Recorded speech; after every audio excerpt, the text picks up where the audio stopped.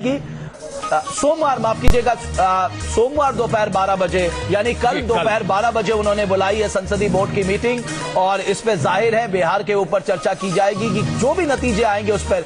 लेकिन मैं आप सारे मेहमानों को एक बात बता दूं कि आज पटना में हॉस्पिटलों को भी तैयार किया गया है क्योंकि कहा गया कई का ब्लड प्रेशर बढ़ गया, हार्ट बीटिंग बढ़ गई, डायबिटीज के जो लोग शिकार हैं तो हॉस्पिटल को भी अलर्ट रखने को कहा गया। हमारे सहयोगी ने सुबह सुबह कहा की वजह से भी डायबिटीज की प्रॉब्लम होगी तो इसलिए भी लेकिन आप देखिए लालू प्रसाद यादव के लिए सबसे अच्छी बात यह है कि एक लंबे अरसे के बाद कम से कम 2009 के बाद उनको लगेगा कि आज उनके दरवाजे पे खुशी आई है और कम से कम वो अपने आरजेडी के वोट बैंक को फिर से एकजुट कर पाएंगे। ये तस्वीरें आप देख सकते हैं कि उनके साथ जो वोटर जुड़ा हुआ है वो वहां पर उत्साह मना रहा है पीले टीके के साथ। और सुबह से ही रूह मछली के आने के साथ ही जो अनुष्ठान भी हुआ था आज बीजेपी के लिए कानपुर में। बिल्कुल राहुल देव जी और विनोद जी, एक सवाल आपके लिए। कल रात में एक इमरजेंसी मीटिंग बुलाई गई थी ऐसा बताया जा रहा है और उसमें बीजेपी के तमाम वरिष्ठ नेता मौजूद थे। अरुण जेटली के साथ साथ अमित शाह भी वहां पर थे और चर्चा इस बात पर वहां हुई कि बिहार को लेकर देश पर उसका क्या असर पड़ सकता है, ऐसी चर्चाएं हुई, ऐसा बताया जा रहा है। अगर इस चुनाव को देखें तो क्या ये चुनाव मोदी सरकार के एक साल के कार्यकाल का रेफरेंडम बन सकता है जैसा कि बहुत लोग चाहते हैं कि इसे बना दिया जाए? क्या ये वास्तविकता हो सकती है? देखिए मैं बोलूंगा राहुल जी आप पहले देखिए ऐसा है कि आमतौर पर एक धारणा ये होती है जब भी कोई चुनाव का नतीजा आता है तो उसको केंद्र में जो प्रधानमंत्री या सत्ता दल होता है उस पर रेफरेंडम की बात होती है। मैं इससे कभी सहमत नहीं हुआ। मुझे लगता है एक राज्य का चुनाव या एक लोकसभा का चुनाव या कोई नगरपालिका का चुनाव किसी सरकार पर रेफरेंडम होते हो, लेकिन एक फर्क यह है कि इस चुनाव में जिस तरह प्रधानमंत्री जी ने 26 रैलियां की और पूरे चुनाव को अपने ऊपर ले लिया और ये चुनाव आप भी फोटो दिखा रहे हैं, एक तरफ नरेंद्र मोदी जी की एक तरफ नीतीश जी की, मोदी बनाम नीतीश हो गया तो निश्चित रूप से जब अगर एनडीए के पक्ष में नतीजे नहीं आते हैं और महागठबंधन जीतता है तो ये सवाल जरूर उठेंगे कि क्या प्रधानमंत्री की लोकप्रियता कम हो रही है। बिल्कुल, लेकिन मैं उनकी सरकार पर इसको रेफरेंडम नहीं मानूंगा क्योंकि सरकार उनको 5 साल के लिए चलाने के मौका। बिल्कुल जाहिर से बात है। लेकिन आइए अब आपको दिखाते हैं एमजे अकबर, भारतीय जनता पार्टी के प्रवक्ता ने हमारे संवाददाता अमितेश से बातचीत की है। आइए जरा उससे पहले आपको दिखाते हैं गिरिराज सिंह जिन्होंने बहुत बड़े पैमाने पर कैंपेन किया है, वो क्या कह रहे हैं। हवाई नहीं कह रहा हूं कि 190, लेकिन एनडीए की स्पष्ट बहुमत के साथ सरकार पर दोनों बेटे उनके पीछे चल रहे हैं लालू जी के। ये तो होना ही था अगर वो राजनीतिक विषबवन न करते समाज में तो शायद और पीछे वो होते। पटाखे फूटेंगे यहाँ के पाकिस्तान में, पटाखे फूटेंगे बिहार में, भारत में, भारत के चाहने वाले लोगों के यहाँ, दुश्मनों के घर में नहीं फटेंगे, ये तय है। एनडीए जीतेगी, बिहार में पटाखा फूटेंगे। एक बड़ी खबर अभी हम आपके सामने पेश करना चाहते हैं एएनआई के हवाले से। एएनआई के हवाले से बड़ी खबर हम आपके सामने पेश करना चाहते हैं। महागठबंधन को 125 सीटों पर बढ़त की बात एएनआई के हवाले से हम आपके सामने पेश कर रहे हैं। अगर ये ट्रेंड रहा तो महागठबंधन अपनी सरकार बना सकेगी। भारतीय जनता पार्टी गठजोड़ के पास एएनआई के हिसाब से 108 सीटें जाती हुई दिखाई दे रही, यानी कि 125 सीटों के साथ महागठबंधन के आगे बढ़ने की बात एएनआई कर रहा है और भारतीय जनता पार्टी गठबंधन के खाते में 108 सीटें जाने की बात एएनआई की तरफ से ये आ रही है। ये हमारे आंकड़े नहीं हैं, हम इन पर अपना दावा नहीं कर सकते, लेकिन एएनआई न्यूज एजेंसी के आधार पर 125 सीटें महागठबंधन के खाते में जाती हुई दिखाई दे रही। लेकिन जो तस्वीर एएनआई दिखा रहा है कुछ इसी तरह का रिफ्लेक्शन अब हमारी स्क्रीन पे भी आप देख सकते हैं। 111 पे महागठबंधन, 100 पे एनडीए। लेकिन एमजे अकबर का क्या कहना है, उनसे बात की हमारे सहयोगी अमितेश ने।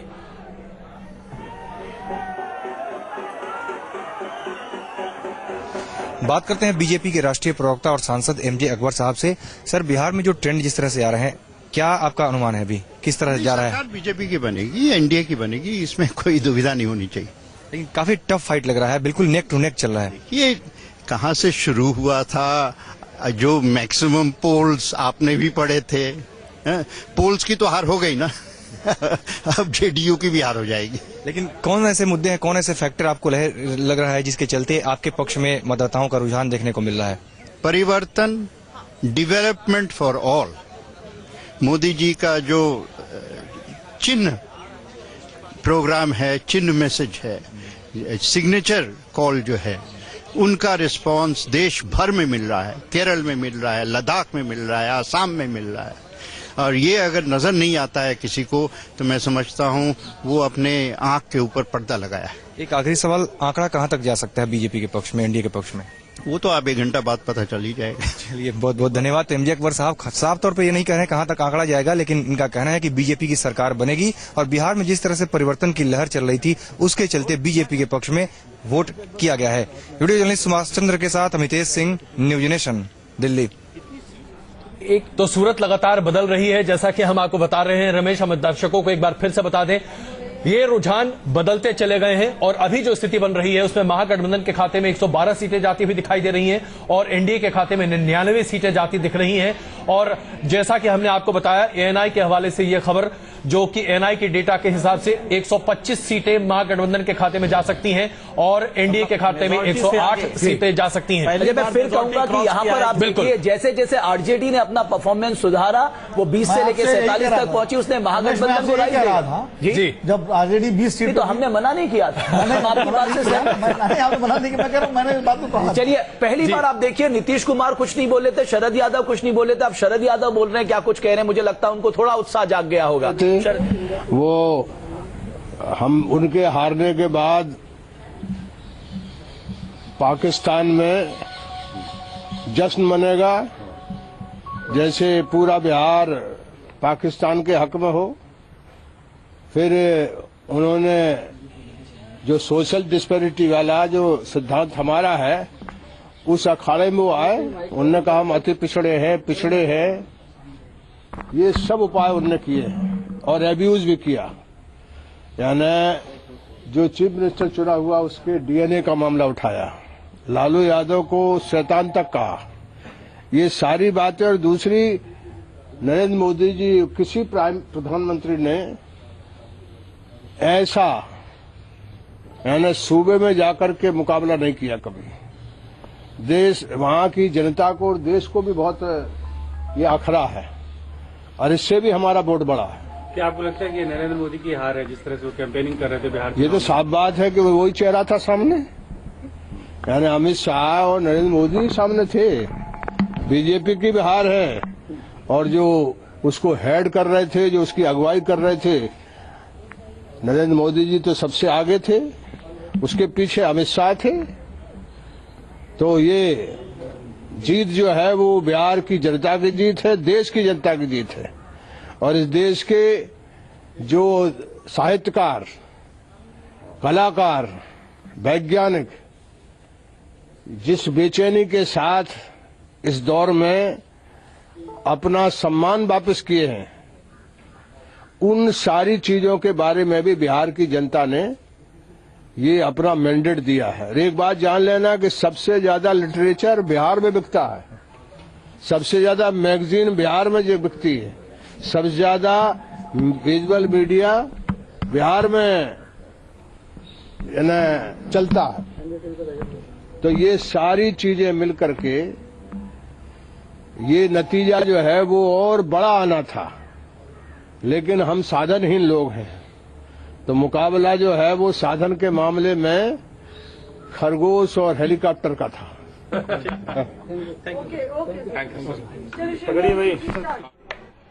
तो आप देख रहे हैं जेडीयू के नेता अब सामने आकर अपनी बातों को रख रहे हैं। 122 सीटों पर महागठबंधन आगे बढ़ता दिखाई दे रहा है और एनडीए 99 सीटों पर अभी अपनी बढ़त बनाए हुए है। यानी कि अगर इसी तरीके से रुझान रहे तो महागठबंधन की सरकार बनने से कोई नहीं रोक सकता। दरअसल अगर यह स्थिति है तो कम से कम हमारे आंकड़ों के हिसाब से हम ये कह सकते हैं कि महागठबंधन बिल्कुल सरकार बना चुकी है और एक स्पष्ट बहुमत के साथ यह सरकार बनती दिखाई दे रही है, जिसमें जेडीयू 62 सीटों पर आगे है, आरजेडी 53 सीटों पर आगे है, कांग्रेस 7 सीटों पर आगे है। जाहिर सी बात है कांग्रेस की सीटें कुछ और बढ़नी चाहिए। जो नरेंद्र मोदी ने 3 इडियट्स की बात की, मुझे लगता है महागठबंधन में नहीं, उन्हीं के गठबंधन में दिखाई दे रहे हैं। तो अब उनको समझ में आएगा दरअसल 3 इडियट कौन है जिन्होंने उनकी, बिकॉज वो रिफ्लेक्ट नहीं हो रहा है। बीजेपी ने अपना परफॉर्मेंस जबरदस्त दिया है, लेकिन बाकी जो देखिए एलजेपी, आरएलएसपी और हिंदुस्तानी अवाम मोर्चा, 42 सीटों पर रामविलास जी की पार्टी लड़ी। हाँ, 20 सीटों पर उपेंद्र कुशवाहा लड़े, नहीं आरएसपी 23 सीटों पे 23 सीटों पर उपेंद्र कुशवाहा लड़े और 20 पे मांझी जी लड़े जी। तो वो 3-8 पर जो है हम है, तो यानी मांझी जी का परफॉर्मेंस पासवान जी से ज्यादा अच्छा बेहतर है। तो कल संसदीय बोर्ड की बैठक में ये भी तय होगा 3 इडियट्स कौन है। बिल्कुल, अगर देखें तो दलित नेता के तौर पर शायद जितन राम मांझी कहीं बड़े नेता के तौर पर बिहार में उभर रहे हैं, जबकि बजाय इसके कि रामविलास पासवान वोट मुसहर वोट से ज्यादा है बिहार में, ये अगर आप जातीय आंकड़ों में देखें तो। हमारे साथ इस वक्त अनिल जैन साहब भारतीय जनता पार्टी से और नदीम जावेद कांग्रेस से जुड़ चुके हैं। आप दोनों का बहुत स्वागत है। जैन साहब, अभी जो रुझान आ रहे हैं उसके आधार पर आपका गठबंधन पीछे जाता दिखाई दे रहा है और ऐसा लग रहा है कि महागठबंधन सरकार बनाने के लिए लगभग बना ही चुका। 122 सीटें महागठबंधन के खाते में और आपके खाते में 102। अगर यही रुझान रहे तब तो तमाम मेहनत पर पानी फिर जाएगा साहब। देखिए, चुनाव में कहीं कोई मेहनत सब दल करते हैं और रिजल्ट जो जनता देती है वो स्वीकार भी करते हैं, लेकिन ये रुझान है। हम पूरी तरह से कॉन्फिडेंट हैं कि भारतीय जनता पार्टी के गठबंधन की सरकार बनेगी, आप एनडीए की सरकार बनेगी। अभी जब आप लोगों के पहले स्वर बदल रहे हैं, अभी थोड़ी देर पहले शाम जागरूक स्वर तो देखिए, और वो कह रहे थे मैं पूरी तरीके से आश्वस्त हूं, 100% लिख लीजिए। अब स्वर बदल रहे हैं। मैं अभी भी कह रहा हूं कि हम पूरी तरह से आश्वस्त हैं कि भारतीय जनता पार्टी के नेतृत्व में एनडीए की सरकार बनने वाली है। चलिए, और अगर ऐसा नहीं हुआ जैन साहब, जैन साहब अगर ऐसा नहीं हुआ तो क्या प्रधानमंत्री नरेंद्र मोदी बिहार में एक और रैली करके कहेंगे कि आप लोग जाति से बाहर नहीं निकल पाए और बिहार का डीएनए ऐसा ही है? देखिए, ये कपोल कल्पित बातों पर या मनगढ़ंत बातों पर तो कोई जवाब नहीं दिया जा सकता जी। और प्रधानमंत्री जी ने कभी इस तरह से किसी के डीएनए को खराब नहीं कहा है। इस बात को पूरे बिहार के डीएनए के बारे में इस बात की चर्चा महागठबंधन के नेताओं ने बहुत बड़े पैमाने पर की। नदीम जावेद जी, आपका परफॉर्मेंस बहुत अच्छा नहीं दिख रहा। अगर इंडिविजुअल की बात करें, 62 सीटों पर जेडीयू आगे, 53 सीटों पर आरजेडी आगे, 7 सीटों पर कांग्रेस आगे। क्या यह माना जाए कि कांग्रेस ने सिर्फ एक तरह से औपचारिकता मात्र के लिए चुनाव लड़ा है?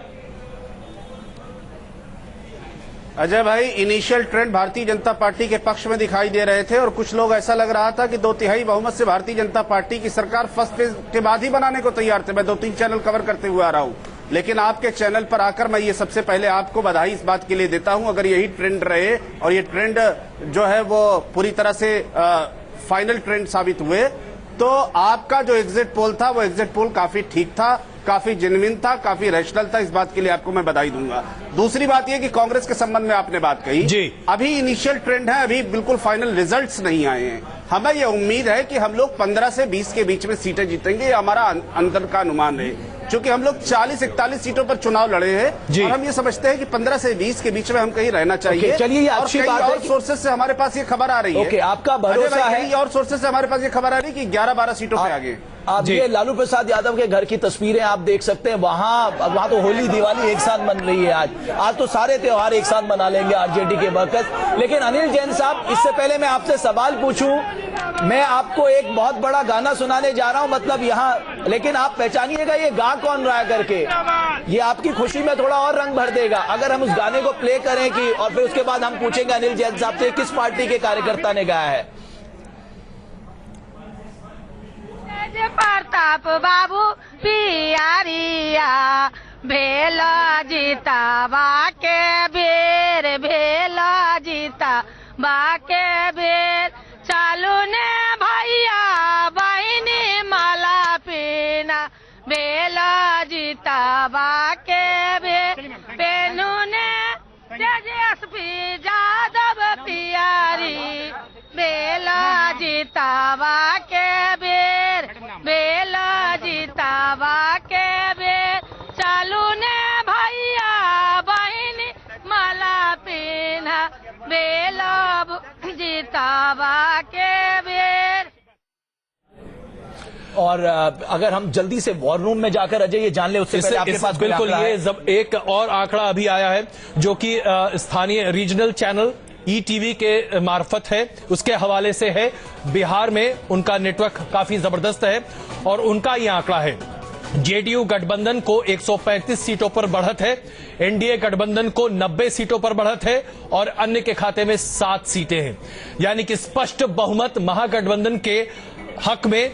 ईटीवी के आंकड़े पर हम ये बात चर्चा कर रहे हैं। अभी अभी ये आंकड़ा सामने आया है जो कि बिहार का रीजनल चैनल है और उनका अपना विस्तृत नेटवर्क है। उनका दावा है कि महागठबंधन 135 सीटों के साथ आगे है, एनडीए 90 सीटों के साथ आगे है और अन्य के खाते में 7 सीटें हैं। बिल्कुल। और अब सीधे रुख कर लेते हैं वॉर रूम का। और अगर हम वॉर रूम और उनका अपना विस्तृत नेटवर्क है, उनका दावा है कि महागठबंधन 135 सीटों के साथ आगे है, एनडीए 90 सीटों के साथ आगे है और अन्य के खाते में 7 सीटें हैं। बिल्कुल। और अब सीधे रुख कर लेते हैं वॉर रूम का। और अगर हम वॉर रूम से ये समझने की कोशिश करें कि साहब कौन से क्षेत्र से कौन पार्टी आगे है, ताकि हमारे दर्शक बेहतर समझ सके कि रीजन वाइज किस तरह से नतीजे या रुझान निकल कर आ रहे हैं। बहुत बहुत शुक्रिया रमेश जी। आइए आपको बताते हैं कि किस तरह के नतीजे अभी तक आ रहे हैं और रीजन वाइज अगर हम बात करें तो क्या हालात है। लेकिन सबसे बड़ी बात जो है वो ये है कि न्यूज नेशन का जो एग्जिट पोल था उसके आंकड़े बिल्कुल सटीक बैठते नजर आ रहे हैं। जानना चाहेंगे, मेरे मित्र पुर्नेंदु हैं यहाँ पर। पुर्नेंदु, सबसे पहले मैं एग्जिट पोल को लेकर सवाल करना चाहूंगा। सबसे पहले बधाई हो आपको, आंकड़े बिल्कुल सटीक बैठते नजर आ रहे हैं। विवेक, अभी बधाई मत दीजिए, अभी ये रुझान है, नतीजों में बदलने में वक्त है। लेकिन ये बात सही है, जो शुरुआती रुझान है वो हमारे एग्जिट पोल से बिल्कुल मैच कर रहा है। हमने 11,000 से ज्यादा लोगों से बात की थी, रैंडम तरीके से रैंडम सैंपलिंग की थी। और खास बात है कि हमारा जो सर्वे होता है वो हमारे रिपोर्टर्स ही करते हैं फील्ड में जाकर के। इसलिए अभी तक जितने भी सर्वे किए हैं ट्रेंड वाइज और सीट वाइज भी हम लोग लगभग निशाने पे रहे हैं। जी, अभी मीसा भारती कुछ कह रही है, सीधे ये सुनते हैं पहले।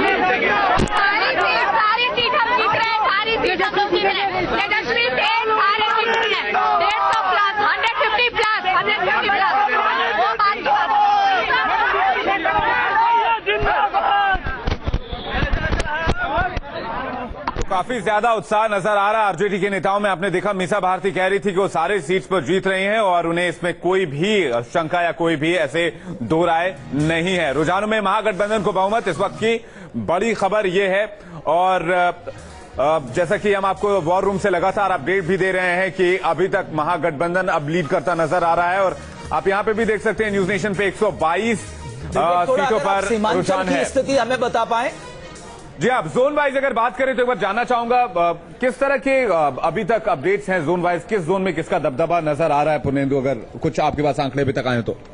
देखिए, जोन वाइज जो है अभी ये स्थिति है कि बीजेपी की, जो मैं एक पहले आपको एक जो इंपॉर्टेंट बात बता दूं, बीजेपी का प्रदर्शन अच्छा है लेकिन उसके जो एलाइज है, उसके सहयोगी हैं, उनका प्रदर्शन बहुत खराब है। खासकर एलजेपी और आरएलएसपी, उपेंद्र कुशवाहा और रामविलास पासवान की पार्टी का प्रदर्शन बहुत खराब है। चलिए और ज्यादा अपडेट के लिए चलते हैं वापस अपने सहयोगी रमेश जी के पास और अजय जी। बिल्कुल, बहुत बहुत शुक्रिया विवेक। आप लगातार वॉर रूम के सटीक आंकड़े हमारे दर्शकों तक पहुंचाते रहिए। प्रोफेसर मनेंद्र ठाकुर हमारे साथ जुड़ चुके हैं।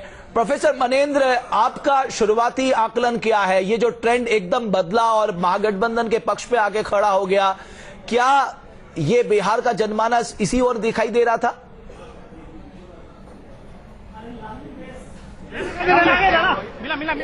मुड़ा है, खास करके चुनाव के बीच में ऐसा लगने लगा था।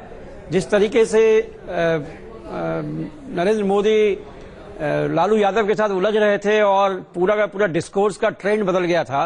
पहले पक्ष में पहली बार तो ऐसा लगा कि नरेंद्र मोदी डिस्कोर्स सेट कर रहे हैं, दूसरी बार ये लगने लगा कि लालू यादव डिस्कोर्स सेट कर रहे हैं। तो चुनाव के मध्य में ये ट्रेंड बदलता हुआ नजर आया और ग्रासरूट पे भी जो लोग पहले उम्मीद कर रहे थे कि लालू और नीतीश के वोटर्स आपस में नहीं मिल पाएंगे, वो लगभग गलत रहा और लगता है कि उनकी काफी अच्छी पटी। और मेरे ख्याल से जिस तरीके से रामविलास पासवान जी ने और कुशवाहा जी ने टिकटों का बंटवारा किया, उसका भी आकलन लोगों को होने लगा था। ठाकुर, आप कम से कम ये कह दिया जाए कि महिलाओं ने नीतीश के पक्ष में बाहर निकलकर बड़े पैमाने पर वोट किया। ये संभव है क्योंकि महिलाओं और युवाओं के बारे में ज्यादातर जो सर्वे थे वो समझ नहीं पा रहे थे कि उनका रुझान किधर जा रहा है। यदि गठबंधन को इतना ज्यादा सीट मिलता है तो इसका मतलब साफ है कि महिलाओं ने और युवाओं ने उनको बहुत बड़े पैमाने पर सपोर्ट किया है। बिल्कुल, हमारे साथ अरुण श्रीवास्तव जी जुड़ चुके हैं जेडीयू से। अरुण जी, आपको बधाई दे दी जाए कि आप सरकार बना चुके हैं या बना सकते हैं। उसकी एक तरह से काफी बड़ी प्रबल संभावना बन रही है। 122 सीटों पर महागठबंधन आगे है। मैं समझता हूं कि हम 2/3 तक अगले 11 साढ़े 11 बजे तक पहुंच जाएंगे। मैं पहले भी कह रहा था, आज सुबह से कह रहा हूं कि महागठबंधन जो है 2/3 तक कम से कम रहेगा, उसके आगे जहां तक पहुंच जाए। नहीं तो लालू जी ने तो 190 सीटों की भविष्यवाणी की थी, आपके अनुसार क्या आप 150 के आंकड़े को पार कर जाएंगे? मेरे आंकड़े के हिसाब 2/3 होता है 162 से 162 और 190 पहुंच जाए, 200 तक पहुंच जाए। सर आपका आधार वैसे 162 तक पहुंचने का आप लोग क्या सोच रहे हैं? क्या ऐसा हुआ जो आप 162 तक पहुंच गए? ये कास्ट इक्वेशन था या कुछ और? देखिए, बिहार की राजनीति को कास्ट इक्वेशन से अलग करना बहुत बेवकूफी की बात होगी, ये तो ढकोसलापन होगा। जो कास्ट इक्वेशन है उसके आधार पे ही, और जो पिछले लोकसभा चुनाव में जेडीयू, आरजेडी और कांग्रेस का वोट मिला, वो जब इकट्ठा कर दिए उसके आधार पे, और जो विकास का काम नीतीश कुमार ने किया, हम जहां भी घूम रहे थे वोटर साइलेंट था, लेकिन जब वो बोलता था तो यहीं से शुरुआत करता था, साहब नीतीश जी ने बड़ा काम किया है। हम अक्सर जो टैक्सी ड्राइवर्स हमारे साथ घूम रहे थे, वो ड्राइवर्स कहते थे कि जो नीतीश कुमार को वोट न दे वो बहुत बड़ा पापी आदमी होगा। इतनी बढ़िया सड़क बन गई साहब, हम लोग ड्राइवरी करते हैं, जान लेके चलते हैं सड़क पे, और इतनी बढ़िया सड़कें बनी हैं, तो हम क्यों नहीं वोट देंगे? छोड़िए जात की बात। आप अरुण जी, मैं क्षमा चाहता हूं, बीच में रोक रहा हूं। जात की बात साबित होती है नहीं, ये तो शाम तक इस पर ज्यादा हम लोग विस्तृत तरीके से बात कर पाएंगे, क्योंकि इस वक्त डेटा बहुत विस्तृत तरीके से हम सबों के सामने उपलब्ध होगा। लेकिन अभी जेडीयू और आरजेडी, आप दोनों पार्टियों के बीच में अंतर बहुत कम है। 62 सीटों पर जेडीयू लीड कर रही है और आरजेडी 55 सीटों पर। तो इसे आप एक्चुअली किस नेता की ज्यादा पहुंच मानेंगे? क्या ये नीतीश कुमार जी की दरअसल छवि है जो आगे लेकर गई? तो लालू प्रसाद जी क्या इसमें जूनियर पार्टनर की भूमिका निभा रहे थे? क्योंकि अगर आंकड़े देखें तो ऐसा लग रहा है कि दोनों नेता पूरे दमखम के साथ और अपने अपने वोट बैंक के आधार पर आगे हैं। देखिए, ये आप लोग जो है ना, अभी मामला कुछ बना नहीं है, क्यों झगड़ा लगाने की कोशिश कर रहे हैं? अरे दोनों ने मिलकर चुनाव लड़ा है, दोनों को बराबर वोट मिलेंगे। तो अरुण जी, आप मानते हैं कि झगड़ा हो सकता है? नहीं होगा, कहीं झगड़ा लगाने की कोशिश जरा ये हो सकता है। अरुण जी जरा ये सोचिए, कोई बात नहीं है। अगर ये गठबंधन वाकई में एक ऐसा गठबंधन है जो कि सीमेंट के से भी ज्यादा मजबूत है, तो फिर तो कोई झगड़ा लगाने वाली बात ही नहीं है। आप लोग संशय में हैं, इस संभावना से आप इनकार नहीं कर सकते, इस आशंका से आप इनकार नहीं कर सकते। भाई, हमने तो लालू जी का बयान सुना है, उन्होंने कहा है, अभी परसों भी कहा है, कल भी कहा है जी, कि अगर हम ज्यादा जीतेंगे तो भी नीतीश कुमार के नेतृत्व में ही सरकार बनेगी। तेजस्वी का भी बयान अभी आज सुबह तक आया है कि नीतीश कुमार के नेतृत्व में ही सरकार बनेगी। तब पता नहीं आपको कौन सुनाई दे रहा है, और राजनीति में क्या हो सकता है इसके बारे में कोई मैं आप सरकार जरूर बना लीजिएगा, लेकिन अभी जो दिखाई दे रहा है उस हिसाब से नीतीश कुमार जी के नेतृत्व में सरकार बनेगी। लालू प्रसाद यादव की बेटी क्या बोल रही है? मीसा वोट में वह वोट भी है जो लोग जानते थे कि नीतीश कुमार ने विकास किया है, और उन्हीं के सर। लेकिन मैं एक चीज जरूर कहूंगा श्रीवास्तव साहब, ये जो नीतीश कुमार ने बिहार की जनता से 7 निश्चय किए हैं ना, ये निश्चय तब तक पूरे नहीं हो सकते जब तक आपको सेंटर पूरी तरह से मदद नहीं करेगा। तो क्या लोग आने वाले समय में आप तैयार हैं? कड़वाहट कब होगी और आप सेंटर और स्टेट मिलकर बिहार का विकास करेंगे? देखिए, पहली बात तो मैं ये चाहूंगा कि बिहार का चुनाव प्रधानमंत्री और नीतीश कुमार के बीच में बड़ा कड़वाहट पैदा हुआ है। यह कड़वाहट राष्ट्र हित में कम होना चाहिए, और अगर ये राष्ट्र हित में कम नहीं हुआ तो, लेकिन यह सोचा कि बिहार का विकास नहीं होगा। बिहार अपने संसाधनों से बहुत सक्षम है। बिहार ने जो भी विकास किया अपने संसाधनों पे ज्यादा विकास किया है और आगे भी करेगा। और केंद्र का पैसा कोई केंद्र के किसी के घर का पैसा नहीं है। अरुण जी, ये तनातनी कैसे रहेगी इस पर हम चर्चा करेंगे, क्योंकि विशेष पैकेज की बात भी लगातार होती रही है।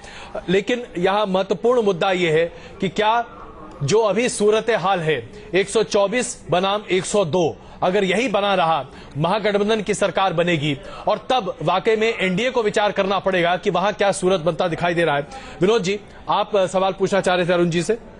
मेरी बात अगर सुन रहे हो, मैं विनोद अग्निहोत्री बोल रहा हूं। मेरा एक सवाल है, जिस तरह महागठबंधन ने एकता दिखाई चुनाव में और जिस तरह लड़के आप लोग जीते हैं या जीतने की ओर हैं या जीत रहे हैं, क्या भविष्य में एक संभावना ये बन सकती है, क्योंकि इसके पहले आप लोगों ने एक विलय किया था जनता परिवार का, जिसमें मुलायम सिंह जी अलग हो गए और वो विलय खटाई में पड़ गया।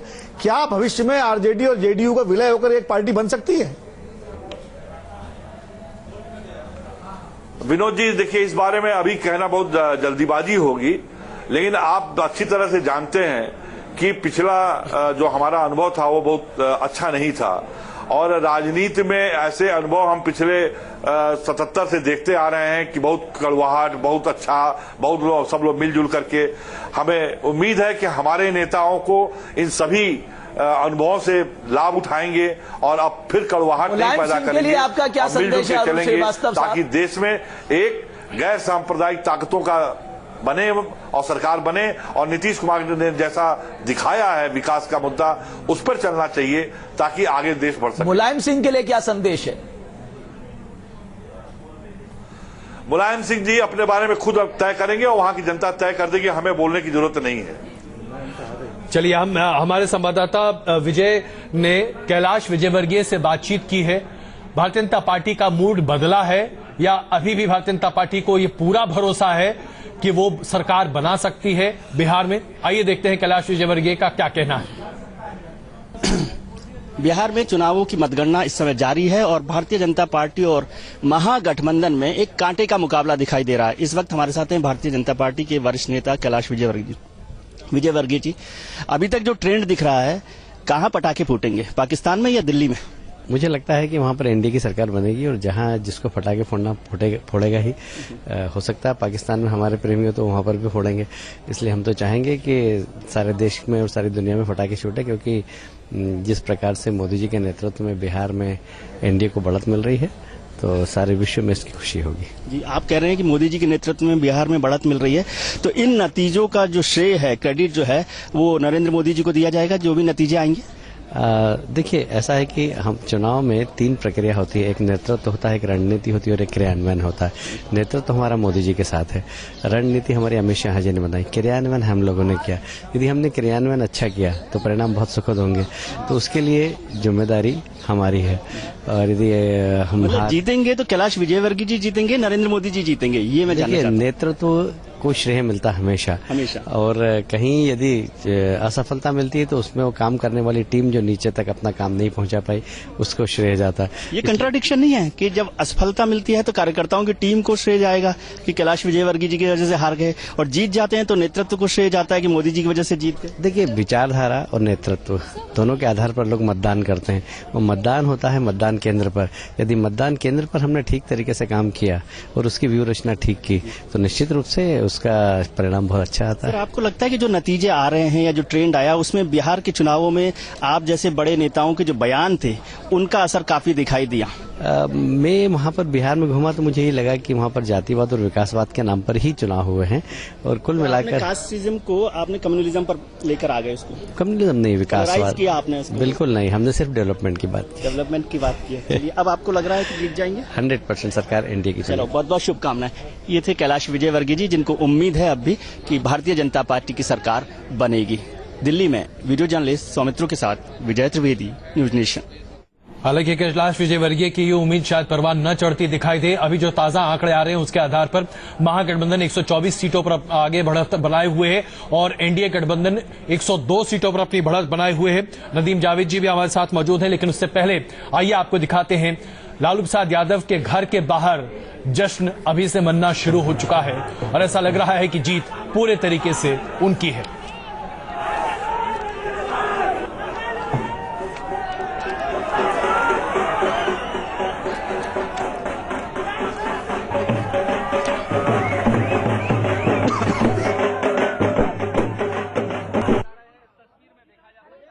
आरजेडी दफ्तर के बाहर जश्न का माहौल जरा देखिए किस तरह से आरजेडी के समर्थक, महागठबंधन के समर्थक यहाँ पर जश्न मनाते हुए दफ्तर के बाहर आपको दिखाई दे रहा है। ये दृश्य देखकर आप समझेंगे कि यहाँ भी जश्न की खुशियां हैं। ये बताइए, ट्रेंड अभी अर्ली है, किस तरह की बेदाबी बिल्कुल हम लोग बिल्कुल जीत रहे हैं। 107 सीट हम लोग, बीजेपी की 90 है। अब कोई कसर, कोई यादव जिंदाबाद, सोनिया गांधी जिंदाबाद, नरेंद्र मोदी का महागठबंधन की सरकार 107 सीट आने जा रही है। तो ये तमाम अर्ली ट्रेंड पर खुशी का आलम, और देखा जाए हर दफ्तर अपनी अपनी खुशियों में डूबा हुआ है। यहाँ नाचते झूमते लोग, और यहाँ आरजेडी दफ्तर के बाहर हम आपको दिखा रहे हैं कि जश्न की क्या तस्वीर दरअसल उभर कर आई है। ये और बात है कि अभी बहुमत का अंक गणित कौन छुएगा, किस पार्टी को दरअसल बिहार का जनादेश हासिल होगा, ये कहना अभी जल्दबाजी है। लेकिन पार्टी समर्थक अपने अपने उत्साह में जरूर डूबे नजर आ रहे हैं। आरजेडी दफ्तर के बाहर भी कुछ ऐसा ही दृश्य दिखाई देता है। वीरेंद्र पवन तिवारी के साथ मधुरेंद्र कुमार, न्यूज नेशन, पटना। तो आरजेडी के कार्यकर्ताओं ने जश्न मनाना शुरू कर दिया है। इधर बीजेपी नेताओं के मुंह से भी निकलने लग गया है कि अगर हार होगी तो शायद हम अपनी बात को जमीनी कार्यकर्ता हमारे लोगों तक नहीं पहुंचा सके हैं। राम माधव का क्या कहना, उनकी बात की हमारे सहयोगी विजय त्रिवेदी ने दिया है। इधर बीजेपी नेताओं के मुंह से भी निकलने लग गया है कि अगर हार होगी तो शायद हम अपनी बात को जमीनी कार्यकर्ता हमारे लोगों तक नहीं पहुंचा सके हैं। राम माधव का क्या कहना, उनकी बात की हमारे सहयोगी विजय त्रिवेदी ने, आइए आपको सुनाते हैं। जो आवश्यक नंबर है वो हम प्राप्त करेंगे, पर जरूर मैं कहता हूं कि ये बहुत ही इंटरेस्टिंग कमबैक है जेडीयू का। जो इनिशियल फर्स्ट आवर का ट्रेंड्स और अभी का ट्रेंड्स देखेंगे, इन 1 आवर वो बीजेपी से भी आगे ट्रेंड्स में उनका दिखा रहा है। बहुत इंटरेस्टिंग कमबैक है। बहुत ही आपने जैसा कहा कांटे का टक्कर का चुनाव जैसा ये निकला है। हम विश्वास करते हैं कि हमारा गठबंधन पर्याप्त संख्या आखिरी में जुटाकर सरकार बना पाएगी।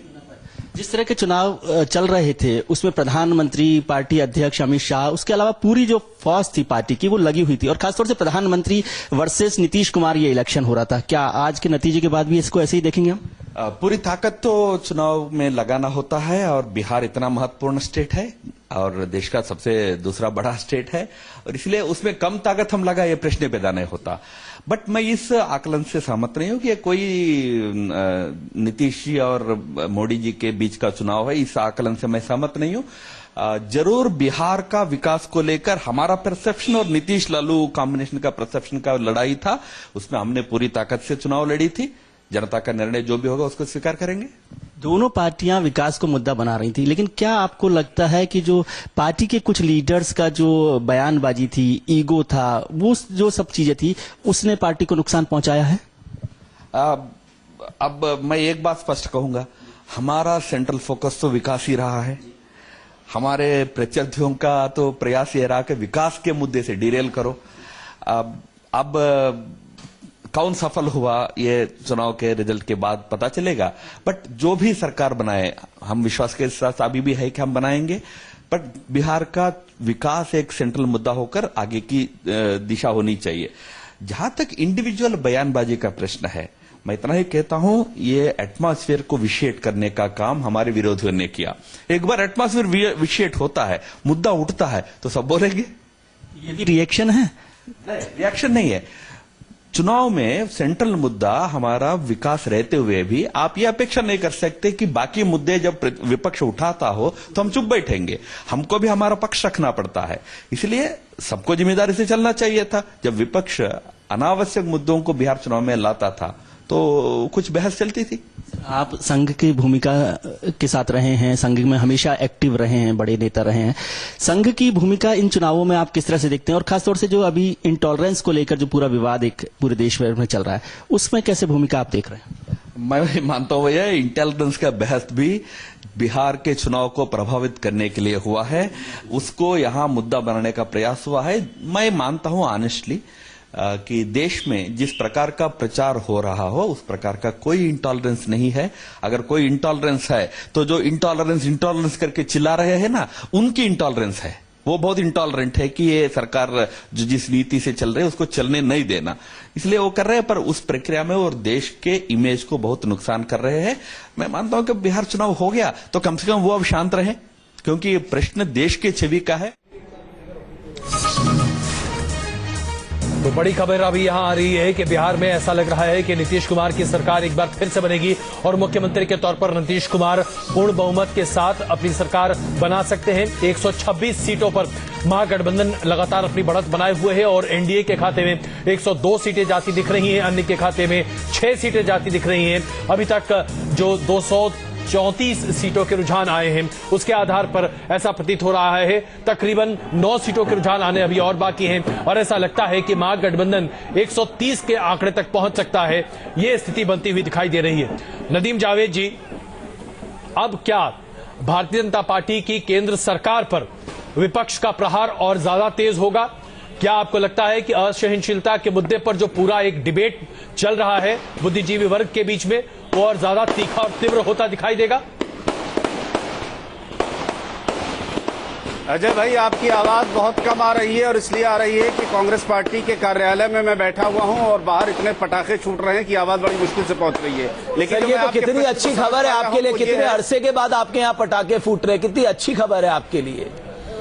नहीं, ये निश्चित रूप से इसमें कहीं कोई दो राय नहीं, इस बात को हम लोग स्वीकार करते हैं। ये बड़ा महत्वपूर्ण चुनाव था। ये चुनाव न केवल बिहार के लिए था, ये चुनाव उत्तर भारत की और देश की राजनीति को तय करने वाला चुनाव था। ये गांधी बनाम गोलवालकर का चुनाव था। ये टॉलरेंस बनाम इनटॉलरेंस चुनाव था। ये बनाम विकास बनाम विनाश ये चुनाव था। और बिहार की महान जनता ने जिस प्रकार का ट्रेंड अभी दिखाया है और उम्मीद है कि इसी प्रकार का प्रदर्शन भी होगा, ये इस बात का प्रमाण होगा कि देश की राजनीति के बदलाव का एक बड़ा संकेत होगा। इस चुनाव के नतीजे न केवल बिहार की राजनीति को प्रभावित कर रहे हैं बल्कि इस देश की राजनीति को, इस देश की राजनीतिक व्यवस्था को और इस देश की जो नई तरह की राजनीति डेवलप करने की कोशिश संघ परिवार और भारतीय जनता पार्टी और मोदी के नेतृत्व में हुई है, उसके खिलाफ एक मैसेज देने का काम बिहार के लोगों ने किया। लेकिन नदीम जावेद साहब, अभी भी मतलब अगर बीजेपी को इसमें से रिस्पॉन्ड करना हो, अगर वो जैसे ट्रेंड आ रहे हैं कि वो कहेंगे साहब हमारा स्ट्राइक रेट देखिए, अब तक का सबसे बेहतरीन प्रदर्शन हमने किया है, ज्यादातर लोग हमारे जीते हैं,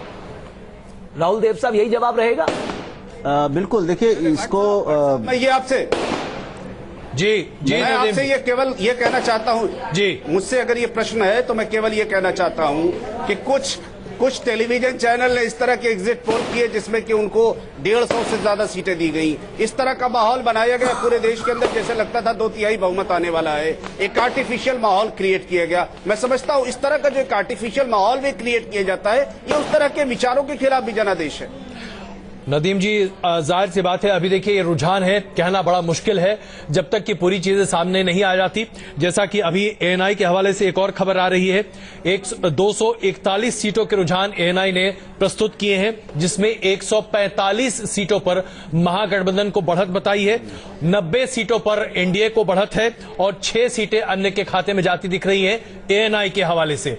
जाहिर सी बात है अलग अलग आंकड़े अभी आ रहे हैं, लेकिन चुनाव आयोग के आधार पर जो आंकड़े हैं वो हम प्रस्तुत कर रहे हैं। महागठबंधन 126 सीटों पर आगे, जो कि दरअसल न्यूज नेशन के एग्जिट पोल के लगभग बराबर ही है।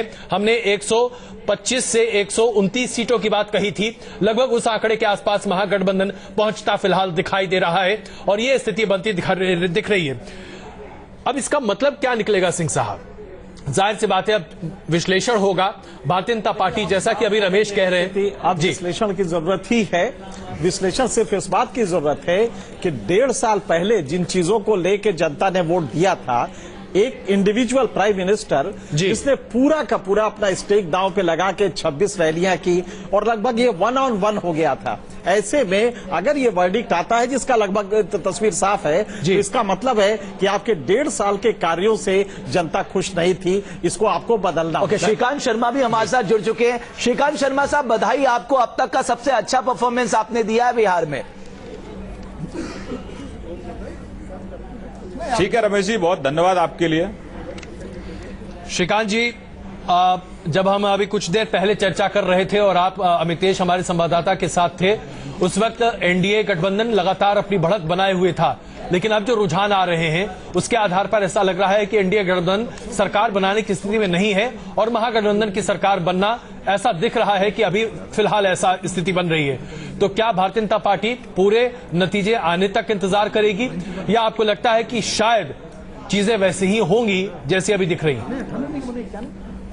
नहीं, मुझे लगता है कि जब तक आखिरी परिणाम आ जाए उसका इंतजार करना चाहिए और उसके बाद ही कोई टीका टिप्पणी हम लोग करेंगे। निश्चित रूप से जो रुझान आपके यहाँ दिख रहे हैं उसमें महागठबंधन जो है बढ़त बनाए हुए है, उसमें कहीं कोई अतिशयोक्ति नहीं है। तो श्रीकांत जी, अगर जैसा कि अभी रमेश ने आपको जो बधाई दी वो दरअसल आपके खुद के परफॉर्मेंस यानी कि भारतीय जनता पार्टी के परफॉर्मेंस पर आपको बधाई दी, और जाहिर सी बात है इसमें कोई शक नहीं है कि बीजेपी ने बहुत अच्छा परफॉर्म किया है। जितने उम्मीदवार आपने खड़े किए उसमें कम से कम 50% से ज्यादा लोग अभी आगे बढ़ते दिख रहे हैं। लेकिन जी देखिए 2010 के चुनाव में भारतीय जनता पार्टी 103 सीटों पर लड़ी थी और 91-93 सीटें जीती थी जी, तो है 91 सीटें जीती थी, तो स्ट्राइक रेट तब ज्यादा अच्छा था। अब इस बार 160 सीटों पर लड़ी है और उसमें अगर ये है तो स्ट्राइक रेट कम है। बिल्कुल, लेकिन अभी के प्रदर्शन के हिसाब से देखें तो सहयोगियों के मुकाबले बीजेपी का प्रदर्शन अच्छा है। तो सवाल श्रीकांत जी मेरा ये आपके लिए कि अगर आपके सहयोगियों ने आपको ठीक से मदद की होती और अगर यही रुझान नतीजों में तब्दील हो जाते हैं तो आपको नहीं लगेगा कि शायद आपके सहयोगी ठीक तरीके से आपके साथ नहीं चल पाए? आप बढ़ना बहुत तेजी से चाहते थे, आपने अपनी मेहनत बहुत की, लेकिन सहयोगी आपके साथ नहीं चल पाए। अजय जी, हम एक टीम की तरह वहां चुनाव लड़े और हम अपने सहयोगियों के साथ चुनाव लड़े और अभी अपने सहयोगियों पर मैं कोई टीका टिप्पणी नहीं करना चाहता और सबने अच्छा प्रयास किया। जनता के बीच में सब लोग गए और सबने अपने अपने विषय पे बात की, तो अपने सहयोगियों के लिए कोई टीका टिप्पणी करना मुझे लगता है कि मैं टीका टिप्पणी नहीं करना चाहता। एक स्पिरिट के साथ हमने चुनाव लड़ा और अल्टीमेटली जनता जनार्दन ही फैसला करती है कि सर, लेकिन आपने बिहार को 1,25,000 करोड़ का पैकेज दिया, आपने बिहार की तस्वीर तकदीर बदलने का भरोसा दिलाया, प्रधानमंत्री ने खुद 27 से ज्यादा रैलियां की और फिर इसके बाद ऐसा क्या हो गया? कौन सी ऐसी बात आपके खिलाफ चली गई सर? देखिए रमेश जी, हमने एक कॉज के लिए एक हमारा एक मुद्दा है कि भाई जिस तरह से पूर्वोत्तर के राज्यों का विकास नहीं हुआ है उस तरह से पूर्वोत्तर के राज्यों का विकास भी होना चाहिए अन्य राज्यों की तुलना में। मैंने आपको इनिशियल जब मैं आपके पास आया तो तभी भी मैंने इस बात को कहा था कि भाई पूरे देश की अगर टोटल आबादी का देखें तो 42% आबादी उत्तर प्रदेश, पश्चिम बंगाल और बिहार में है।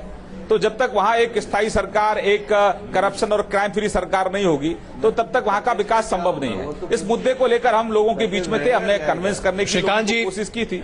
श्रीकांत जी, सुब्रत जी हमारे विशेषज्ञ हैं, वो आपसे एक सवाल पूछना चाहते हैं। सुब्रत जी, हम ये पूछते हैं जो ये पैकेज रहेगा या जाएगा? देखिए, बिहार की जनता का, बिहार के विकास का हमारा अपना मकसद है और वो हमें करना ही है, उसमें कहीं कोई कटौती करने का कोई सवाल ही पैदा नहीं होता है। श्रीकांत जी, प्रधानमंत्री जी ने कहा था कि लालू और नीतीश को मैं एक पैसा क्यों दूं? इसलिए तो मैं पूछ रहा हूं। खड़ा किया था उन्होंने ये सवाल, पैसा मामे के घर से थोड़ा आता है, ये तो देश की जनता का पैसा होती है। उन्होंने कहा था, उन्होंने ये कहा था नीतीश और लालू को हम पैसा क्यों दे?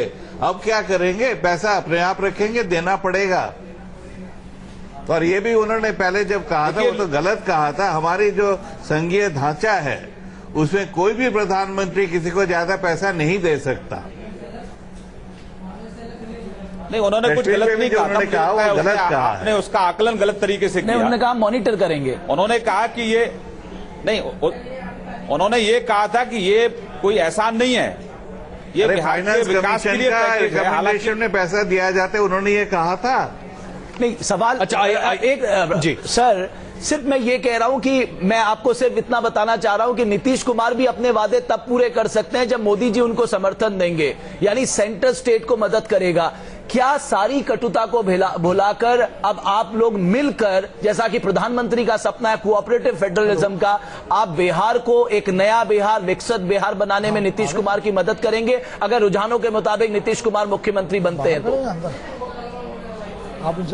देखिए रमेश जी, भारतीय जनता पार्टी और प्रधानमंत्री जी का एक ये ड्रीम है कि हम एक टीम इंडिया की स्पिरिट में काम कर रहे हैं और टीम इंडिया की स्पिरिट यही है कि अभी चुनाव का परिणाम जो भी आए, इससे हमारा जो मकसद है वो कहीं डाइवर्ट नहीं होता है, क्योंकि जब तक देश के हर कोने का विकास नहीं होगा तब तक संपूर्ण देश के विकास की आप सिर्फ मैं क्षमा चाहता हूं, मैं आपको बीच में रोक रहा हूं, लेकिन आम आदमी पार्टी की तरफ से ट्वीट्स आने शुरू हो गए हैं और अभी आशुतोष का एक ट्वीट है, उनका यह कहना है कि बिहार के नतीजे ये प्रदर्शित करते हैं कि देश की जनता और बिहार की जनता अभी भी सेक्युलरिज्म में विश्वास करती है और सूडो नेशनलिज्म का विरोध करती है। जाहिर सी बात है, आम आदमी पार्टी ने नीतीश कुमार की जीत की भविष्यवाणी की थी और अब आम आदमी पार्टी बहुत बढ़ चढ़ कर चीजों को आगे रखेगी। और अभी जो ट्रेंड्स आ रहे हैं 132 सीटों पर महागठबंधन आगे दिख रहा है और एनडीए 102 सीटों पर। स्थिति बहुत अच्छी नहीं दिख रही है आपके लिए। अजय जी, लोकतंत्र है, लंबे कई चुनाव हमने जीते भी हैं, ऐसा नहीं है कि कोई चुनाव हम जीतते नहीं। अभी भी केरल के अगर चुनावों का आप आकलन करें तो हम वहां आगे हैं, कांग्रेस हमसे पीछे है। नंबर 2 जी, केजरीवाल जी को तो मॉरल राइट ही नहीं है कोई टीका टिप्पणी करने का, क्योंकि वो तो एक बहुत बड़े हरिश्चंद्र के रूप में आए थे और जो दिल्ली की जनता ने उनको मैंडेट दिया है दिल्ली में काम करें। दिल्ली में वो डेंगू के मच्छर को तो मार नहीं सकते, लेकिन वो इंटरनेशनल जो इश्यूज होते हैं उन पर टीका टिप्पणी जरूर करते हैं, नेशनल इश्यूज पर टीका टिप्पणी जरूर करते हैं, क्योंकि उनको मीडिया में सुर्खियों में रहने की आदत है। तो हमारी तो उनको सलाह आपके माध्यम से यही है कि डेंगू के मच्छर को मारें, जिससे लोगों को कहीं ना कहीं वो डेंगू का मच्छर अब मैं चाहता हूं आप ईमानदारी से हमें सवालों के जवाब दें। आपकी सबसे बड़ी कमजोरी ये रही कि आपके पास बिहार में कोई नीतीश कुमार के मुकाबले नेता नहीं रहा। रमेश जी, मैं ऐसा नहीं मानता, क्योंकि कई ऐसे राज्य हैं जहां हम मुख्यमंत्री का कैंडिडेट डिक्लेयर नहीं करते हैं और ये फैक्ट है कि बिहार में कभी हमारी सरकार नहीं रही। हम 243 सीट पर कभी चुनाव नहीं लड़े, 102 सीट पे हम चुनाव लड़ते थे। नीतीश कुमार जी को 2005 में हमने मुख्यमंत्री के तौर पर प्रोजेक्ट किया, हम बहुत बहुमत से चुनाव जीते। 2010 में फिर हम मिलकर चुनाव लड़े, प्रचंड बहुमत से हम चुनाव जीते। लेकिन नीतीश जी का एक अहंकार था, उस अहंकार के चलते उन्होंने गठबंधन को तोड़ दिया। तो सर एक ट्वीट और आ गया, ये आशुतोष का अजय आशुतोष कह रहे हैं ये आम आदमी पार्टी का ट्वीट है आने वाला कि अमित शाह जी अब बताएं कि पटाखे पाकिस्तान में फूटेंगे या बिहार में। नहीं, मुझे लगता है कि आम आदमी पार्टी के लोगों पर टीका टिप्पणी मैं नहीं करना चाहता। अच्छा श्रीकांत जी, ये सवाल जाहिर सी बात है आने वाला कि अमित शाह जी अब बताएं कि पटाखे पाकिस्तान में फूटेंगे या बिहार में। नहीं, मुझे लगता है कि आम आदमी पार्टी के लोगों पर टीका टिप्पणी मैं नहीं करना चाहता। अच्छा श्रीकांत जी, ये सवाल जाहिर सी बात है आप पटना में लंबे अरसे तक रहे और मुझे लगता है कि इसका बेहतर जवाब और आकलन आप ही कर पाएंगे और हमारे तमाम विशेषज्ञ भी आपसे सवाल करना चाह रहे हैं। नंद किशोर यादव पटना साहिब की अपनी सीट से 2000 मतों से अभी ट्रेल कर रहे हैं और जब से दरअसल वहां मतगणना शुरू हुई है लगातार ट्रेल कर रहे हैं। ऐसी जगह जहां पर शत्रुघ्न सिन्हा का पूरा दबदबा रहा, यहां से पिछला चुनाव 60,000 से ज्यादा वोट जीते थे जी, और वहां पर शत्रुघ्न सिन्हा को आप लोगों ने इस्तेमाल नहीं किया बिहार के पूरे चुनाव में। क्या इसका असर दिख रहा है? क्या ये गलती रही भारतीय जनता पार्टी की कि शत्रुघ्न सिन्हा जैसे नेता को आपने इस्तेमाल नहीं किया?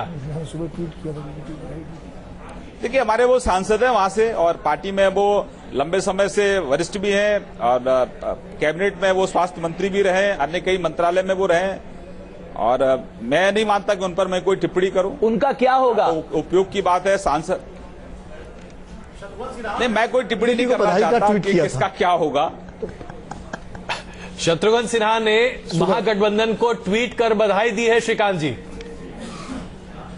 नहीं, सुबह बीजेपी को बधाई दी चित्र बधाई तो वो पहले से ही दे रहे थे, चुनाव से पहले से ही बधाई दे रहे थे वो। नहीं, श्रीकांत जी उन्होंने सुबह बीजेपी को बधाई दी थी। आप जिस अंदाज में इसका जवाब दे रहे हैं और मुस्कुरा रहे हैं, आपकी मुस्कुराहट बहुत कुछ कह जा रही है और हमारे दर्शक भी उसे बहुत अच्छे से समझ रहे हैं। सर लेकिन श्रीकांत जी क्या होगा, रिफॉर्म्स का क्या होगा सर, जीएसटी बिल का क्या होगा? सबसे बड़ी चुनौती देश के सामने है, जो इकोनॉमिक रिफॉर्म इस देश की जरूरत है, उनका क्या होगा? आपको लगता है इस हार के बाद कहीं ना कहीं वो पीछे छूट जाएगा और आपकी जो रिफॉर्म की एग्रेसिव छवि है वो आपको नीचे लानी पड़ेगी?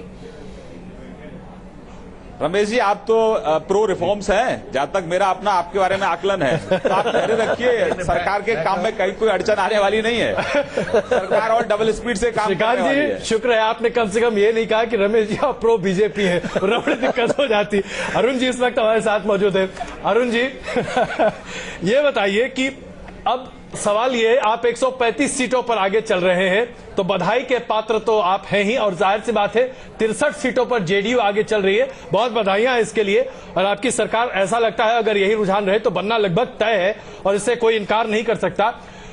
तो ये अब जैसे बात हो रही थी कि नीतीश जी के अहंकार की बात बीजेपी करती है, आप लोग कहते हैं कि भाई मोदी जी की वजह से गठबंधन आप दोनों का टूट गया था।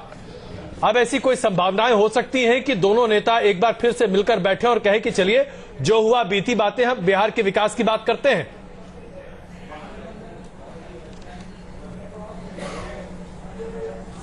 अब आप ये बात किस सेंस में कह रहे हैं मैं उसको ठीक से समझ नहीं पा रहा हूं। हाँ, इन दोनों नेताओं को बैठना चाहिए ताकि देश का विकास और बिहार का विकास हो सके। राजनीति में ये मुख्यमंत्री हैं, वो देश के प्रधानमंत्री हैं। आखिर बिहार का विकास होना है, दोनों को मिलकर चलना ही पड़ेगा। और अगर ऐसा नहीं होता है जी, तो ये मोदी जी का दुर्भाग्य होगा। उन्होंने तमाम वादे बिहार को किए हैं। वैसे बिहार की जनता जानती है कि उनके वादे का मतलब कुछ नहीं है।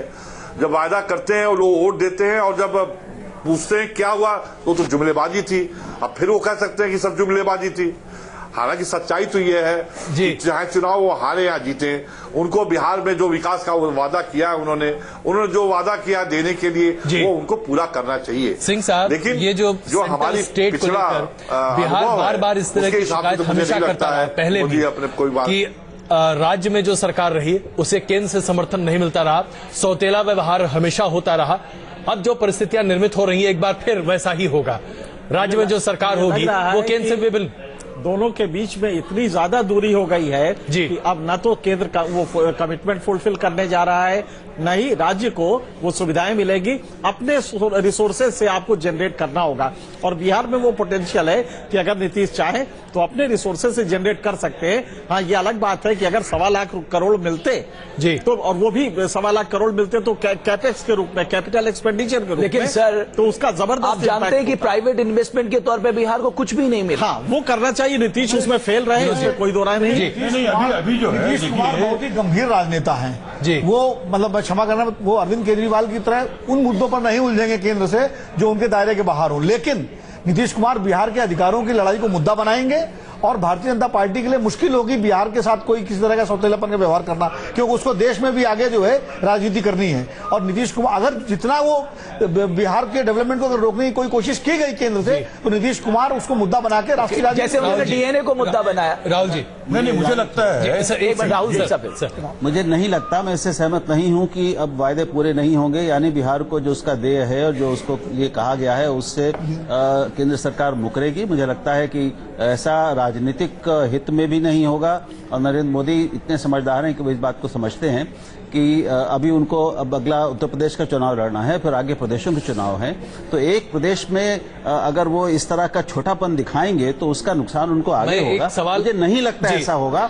और अब वो उनकी कोशिश यही होगी कि वो जो विकास का जो उन्होंने मुद्दा उठाया हुआ शुरू से, उसको बिहार में भी विकास को ही बढ़ाने वाले रूप में वो दिखते रहें, ये उनकी कोशिश। एक अभी टिप्पणी जो कि टीएमसी के वरिष्ठ नेता ने व्यक्तिगत बातचीत के दौरान मुझसे कही, पश्चिम बंगाल को अभी तक जो फंड्स हैं उसमें जो फंड्स सेंट्रल मॉनिटर्ड स्कीम है उसके लिए तो तुरंत मिल गया, लेकिन जो सेंट्रल स्कीम्स स्टेट मॉनिटर्ड हैं जिसमें स्टेट को अहम भूमिका निभानी है, इम्प्लीमेंट करना है, उसके फंड्स अभी तक नहीं मिले हैं। ऐसी स्थिति अगर पश्चिम बंगाल में आज है, जहां पर राज्य फंड्स की स्कैर्सिटी को लेकर बहुत बुरे तरीके से दबा हुआ महसूस कर रहा है, अगर केंद्र चाहे तो वाकई में राज्यों की दिक्कत बढ़ा सकता है। और ये स्थिति पहले नीतीश कुमार इसके बारे में टिप्पणी कर चुके हैं कि मनमोहन सिंह की सरकार के समय। ये अजय, आपको ध्यान होगा कि ये राज्यों और केंद्र के बीच में जहां जहां अलग अलग पार्टियों की सरकारें रही है, ये दशकों से ये मामला रहा है। दोनों एक दूसरे पर आरोप लगाते रहे, थोड़ा बहुत ये चलेगा। लेकिन सर, ये टीम इंडिया की भावना है। लेकिन एक राजनीतिक रणनीति के रूप में राज्यों को उनके वित्तीय अधिकारों से वंचित करना, मुझे नहीं लगता कि नरेंद्र मोदी की रणनीति होगी। एक बड़ा दिलचस्प ट्वीट है जी, वो उमर अब्दुल्ला ने किया है, आप कहें तो मैं पढ़ दूं जी। उनका है कि always remember victory belongs to the leader, defeat to the party, simple rule of thumb and all parties bar none fall back on this. मैं एक मिनट आऊं, फैजल इमाम साहब आरएलएसपी के नेता, उनके परफॉर्मेंस पे गिरजा जी उसके बाद आप टिप्पणी करिएगा। फैजल इमाम साहब, मैं आप अपनी परफॉर्मेंस में खुद ही कुछ बोलिए, आपसे क्या मैं पूछूं? 3 आए हैं अभी तक आपके, और आपने 23 सीटें लड़ी थी। हाँ, नहीं 3 में आप आगे हैं। नहीं, सही है, आपने अभी जो दिखा रहे हैं रुझान 3 सीटों पर आपके हिसाब से जो रुझान दिखा रहे हैं उसमें आगे हैं, लेकिन हमारी जो सूचना हम अभी 7-8 सीटों पर आगे हैं। तो अभी यह है कि बहुत अर्ली ट्रेंड है। अगर 7 दौर की मतगणना होना बाकी है, मुझे लगता है कि 5 दौर तक अगर यही स्थिति रही तो सरकार। सर, आप लोग कहते थे, बीजेपी पे दबाव बनाते थे, 7 हमें ज्यादा सीट दीजिए, हम जीत के दिखाएंगे, हमारा बेस ज्यादा है। साहब आपको जितनी दी उसी में आप परफॉर्म नहीं कर पा रहे। नहीं, अभी बहुत मैंने कहा अब रमेश जी की बहुत अर्ली चीजें हैं। अभी आप नतीजों में इसे आप अगर नतीजे हैं तब तो ठीक है कि हमारा परफॉर्मेंस बहुत खराब है। आप भी इसे रुझान कह रहे हैं, और रुझान में अभी कई जगह है कि कोई 200 से आगे हो रहा है, कोई 400 से पीछे चल रहा है। कड़वाहट तो नहीं आएगी गठबंधन में? कोई कड़वाहट नहीं। हाँ ठीक है कि कड़वाहट क्या है, गठबंधन हमारी केंद्र में सरकार है, कोई कड़वाहट नहीं आएगी। लेकिन यह है कि कई चीजें ऐसी हुई रणनीति भाजपा की। मैं आपको रोकूंगा। कांग्रेस के वरिष्ठ नेता गुलाम नबी आजाद क्या कह रहे हैं, आइए आपको सुनाते हैं। कि वो नीतीश कुमार के सामने उनका कोई भी कैंडिडेट है वो बहुत फीका पड़ेगा, इसीलिए भारतीय जनता पार्टी ने नीतीश कुमार के सामने प्रधानमंत्री का चेहरे को प्रोजेक्ट किया। लेकिन मुझे जो लगता है कि प्रधानमंत्री का चेहरा भी नीतीश कुमार के चेहरे के सामने फीका पड़ गया। आपको लग रहा है नरेंद्र मोदी का जो कद है या यूं कहें जो उनका जादू है वो अब चल नहीं पा रहा, फीका पड़ता जा रहा है?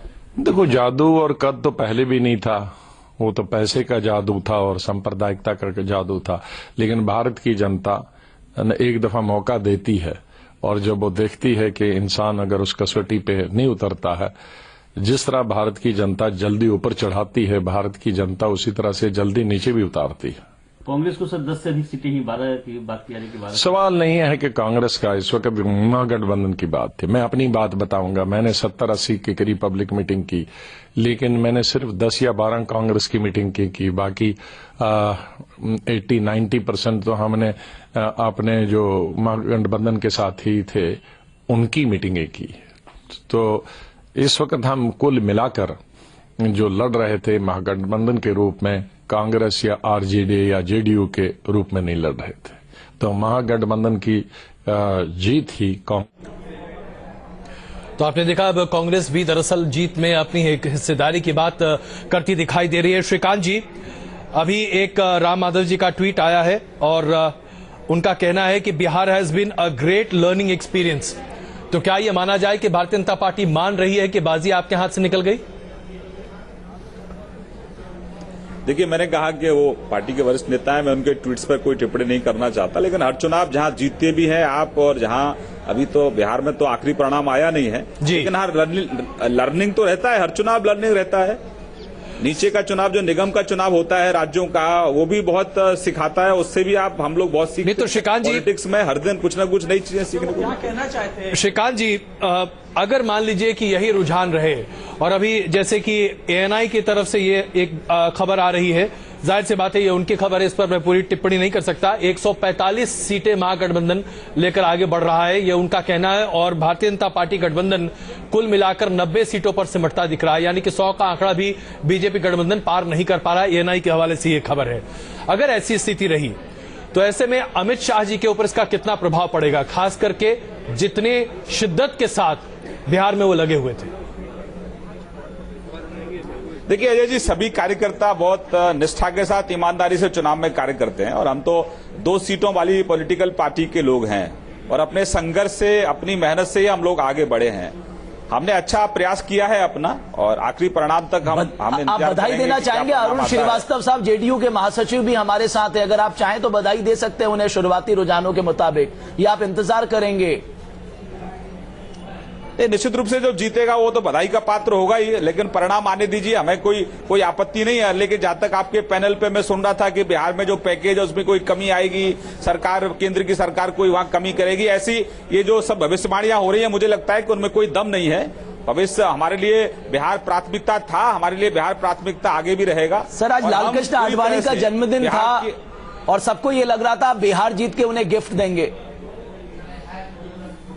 देखिए रमेश जी, हम बड़ी पार्टी है, और बड़ी पार्टी है, लगातार हम लोग चुनाव जीतते भी रहे हैं, कई जगह चुनाव आप हारते ही भी हैं जी। तो हार जीत हमारे पॉलिटिकल पार्टियों के उसमें रहती है। लेकिन मैं अभी गुलाम नबी साहब को सुन रहा था कि वो एक नेशनल पार्टी है, और वो वहां जो है 243 सीट में से थोड़ी बहुत सीटों पर ही वो प्रसन्नता अपनी जाहिर कर रहे हैं कि उनका मकसद है कि भाई चलो हम तो कुछ नहीं कर सकते, लेकिन बीजेपी को हमने रोक लिया। चलो इस बहाने आप मुस्कुराए तो सही, आप मुस्कुराए तो सही, इस बहाने कांग्रेस ने ही आपको मुस्कुराने का मौका दिया। अरुण जी, रमेश जी, मैं तो मुस्कुराता रहता हूँ आपके पास हमेशा। ये तो मैं आपकी दाद देता हूँ, मैं आपकी दाद देता हूं श्रीकांत जी, आप हर परिस्थिति में मुस्कुराते हैं और ये बात बिल्कुल सही है, और आप कभी किसी जवाब से भागते भी नहीं है, किसी भी सवाल से भागते नहीं है। अजय जी, आपने तो 2004 भी हमारे साथ देखा, 2009 भी आपने हमारे साथ देखा, 2014 भी आपने हमारे साथ देखा। नहीं, बिल्कुल, इसमें कोई शक नहीं है। अरुण जी, अभी अच्छा, ऐसा लगता है कि अरुण जी अब हमारे साथ नहीं है। तो आगे बढ़ने से पहले अजय हेडलाइंस जरूर देख लेते हैं कि हेडलाइंस में इसमें क्या खास है।